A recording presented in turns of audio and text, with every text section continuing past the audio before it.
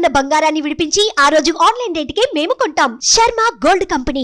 నమస్కారం, welcome to Suman TV. నేను గీతాంజలి. ప్రస్తుతం మనతో పాటు సాహితీ ఆధ్యాత్మికవేత్త రోజిష్మాన్ గురువు గారు ఉన్నారండి. 30 పాసురాలతో ఈ ధనుర్మాసంలో మనం ఆ కృష్ణయ్యని కొలుచుకుంటాం, గోదాదేవిని తలుచుకుంటూ. అంటే అసలు ఎలా మనం వాటిని పఠించాలి? తమిళంలో ఉంటాయి పాసురాలు, మనం అసలు వాటిని చదవగలమా, ఎలా చదవగలగాలి, దాంతో పాటుగా తెలుగు అనువాదం ఏంటి, అసలైన అర్థం ఏంటి, ఇవన్నీ తెలుసుకుందాం. ప్రత్యేకించి రోజిష్మాన్ గారు తమిళంలో ఉన్నటువంటి పాసురాలను తెలుగులో అనువదించారు, మనందరికీ అర్థమయ్యే విధంగా. వాటి గురించి వివరిస్తూ వస్తున్నారు. ఇందులో భాగంగా మనం ఇవాళ 11వ పాసురం గురించి తెలుసుకుంటున్నాం. గురువు గారితో మాట్లాడదాం. గురుగారు నమస్కారం అండి. నమస్కారం అండి. ధనుర్మాసం శుభాకాంక్షలు. ధన్యవాదం, మీకు శుభాకాంక్షలు. ధన్యవాదాలు సార్. గోదా అమ్మవారు పాసురాలను ఎలా పఠించారు, అసలు ఆవిడ ఎలా చదివారు అనేది తెలుసుకుంటున్నాం మీ ద్వారా. తమిళం అనేది కష్టమేనండి మాకైతే ఖచ్చితంగా.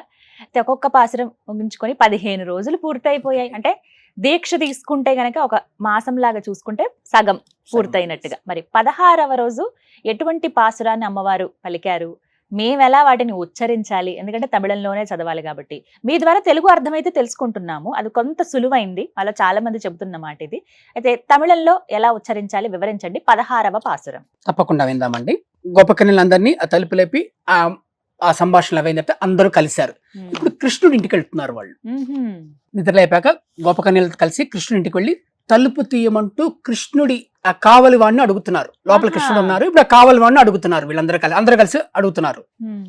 తమిళ మూలం నాయగనాయ్ నిன்ற నందగోపనుடைய கோயில் காப்பானே கொடி தோன்றும் தோரண வாயில் காப்பானே மணிக்கதவம் தாழ்த்திரவாய் ஆயர் சிறுமியரோமுக்கு அரைபறை மாயன் மணிவண்ணன் நென்னலே வாய் நேர்ந்தான் தூயோமாய் வந்தோம் துயிலெழுப்ப பாடுவான் வாயால் முன்னம் முன்னம் மாற்றாதே అమ్మా నీ నేయ నిలైకదవం నీకేలోరెంపావాయ్. దీనికి మీరు తెలుగు చదవండి, తర్వాత మనం అవగాహనలోకి వెళ్దాం. 16వ పాసురం తమిళంలో ఎలా ఉచ్చరించాలో విన్నారు కదా. మీరు 1కి 2 సార్లు వింటే అర్థమవుతుందండి. పాసురం పుస్తకాలకు సంబంధించి అనుకుంటే గనక చాలా పుస్తకాలు మనకు అందుబాటులో ఉంటాయి. మీరు పూజా స్టోర్కి వెళ్తే ఇలా పాసురాలు తిరుప్పావే చదువుకోవాలనుకున్నప్పుడు తీసుకొచ్చుకోండి. అయితే ఉచ్చరణ అనేది చాలా ముఖ్యం అని చెప్తారు గురువు గారు కూడా. ఎలా అయితే పలికారో కీర్తనలా కూడా పాడుకోవచ్చు. అంటే మీకు అలాగ పాడటం వచ్చేస్తూ ఉంటే గనక అది కీర్తనం అవుతుంది. కానీ కరెక్ట్గా పలకాలనేది ప్రధాన ఉద్దేశం. అంటే అమ్మవారు ఏ విధంగా చెప్పారు అనేది.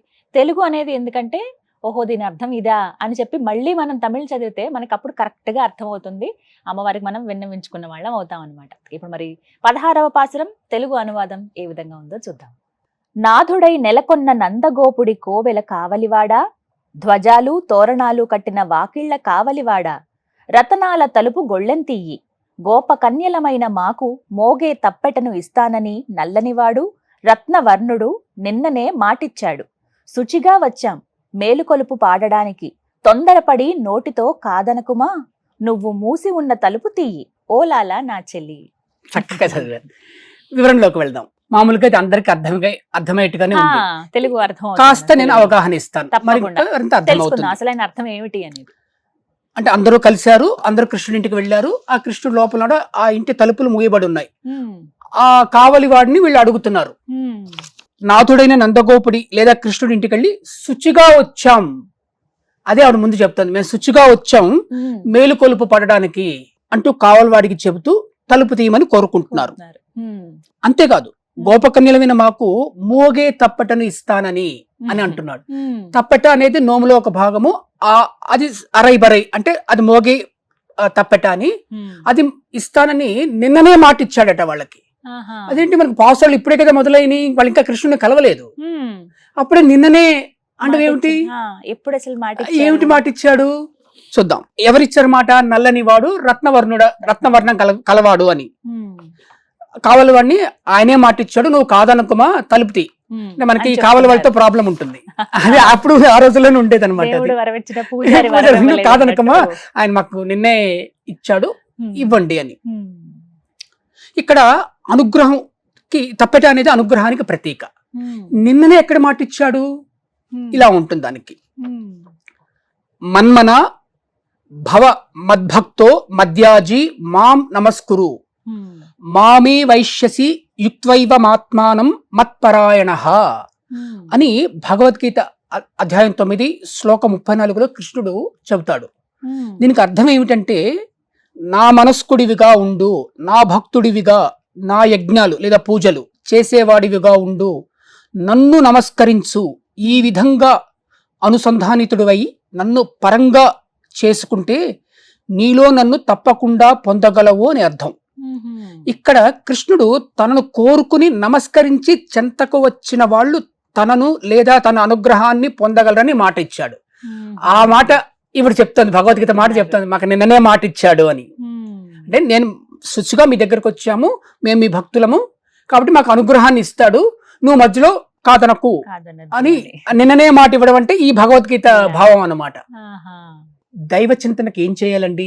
అందరూ ఆలోచిస్తారు, దైవం దగ్గరికి ఎలా వెళ్ళాలి మనం? ఉమ్, ఏమిటో అంటాం. ఉమ్, ప్రాథమికంగా ఉండాల్సింది శుచిగా వెళ్ళడం. ఆ, ముందు అదే అందుకని మేము అలా శుచిగా శుచిగా వచ్చాము వచ్చామని చెప్తున్నారు. అండాలి మనకి సరైన ఉమ్, సూచన చేస్తోంది అనమాట. ఉమ్, శుభ్రత కూడా చాలా ముఖ్యం. శుచిగా వెళ్ళడం, ఎక్కడికి వెళ్ళినా అంటే ముఖ్యంగా దైవం దగ్గర శుచిగా వెళ్ళాలి. ఉమ్, అందుకే మనకి ఈ మడి ఆచారాలన్నీ వచ్చాయి, కానీ మరో కారణం కాదు అందులో. ఆ శుచిగా ఉండడమే.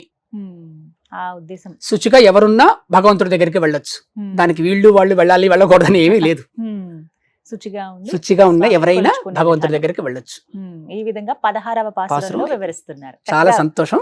చాలా గోదా చక్కగా. అమ్మవారికి పాద ప్రణామాలు. నమస్కారం అండి.